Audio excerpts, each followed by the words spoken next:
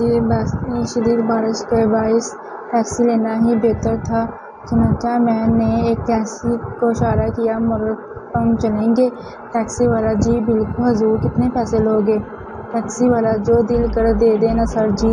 پھر بھی ٹیکسی والا: سر ایک بات کہوں، برا مت مانیں، میں ایک جاہل آدمی ہوں، پر اتنا جانتا ہوں کہ جو اللہ نے میرے نام کا آپ کی جیب میں ڈال دیا ہے وہ اڑا نہیں سکتے، اس سے زیادہ دے نہیں سکتا، تو پر اس کا نام ہے۔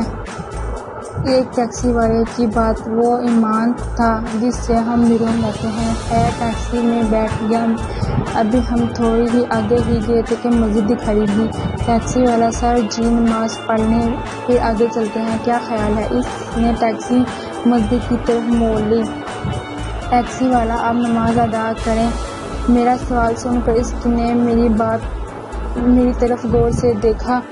یہ اللہ کا گھر سب کا ہے، میری بات کا کوئی اذا باقی نہیں۔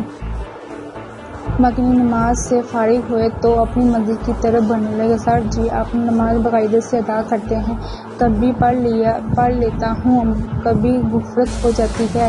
یہی سچ تھا۔ ٹیکسی والا: سر جی جب غفلت ہوتی ہے تو کیا یہ احساس ہوتا ہے کہ غفلت کیوں ہوتی ہے؟ نہیں ہونی چاہیے۔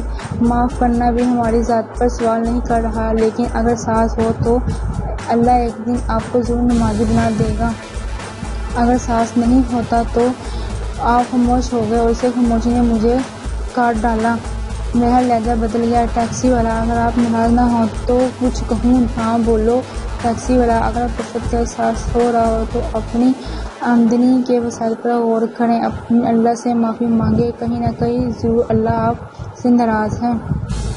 اپنی منزل پر آپ پہنچے تھے، میں نے اس کو توکل کا امتحان لینے کے لیے جیب سے 50 کا نوٹ نکالا اور اس کے ہاتھ پر رکھ دیا۔ اس نے بسم اللہ کہا اور نوٹ جیب میں رکھ کر کار موڑنے لگا۔ میں نے آواز دی: رک جائیں۔ ٹیکسی والا: جی سر جی تم ان پیسوں میں خوش ہو؟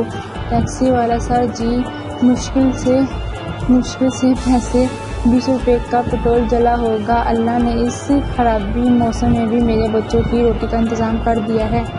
میرے رونگٹے کھڑے ہو گئے۔ میں نے جیب سے مزید 100 روپے نکالے اور اسے دے دیے۔ وہ مسکراتا ہوا بولا: سر جی دیکھیں، آپ نے میرا حق 50 روپے تھا، اللہ نے توکل نے مجھے 200 دے دیا۔ اور ٹیکسی والا تو چلے گیا، لیکن جاتے جاتے اللہ پر میرا ایمان اور توکل کو جھنجھوڑ گیا۔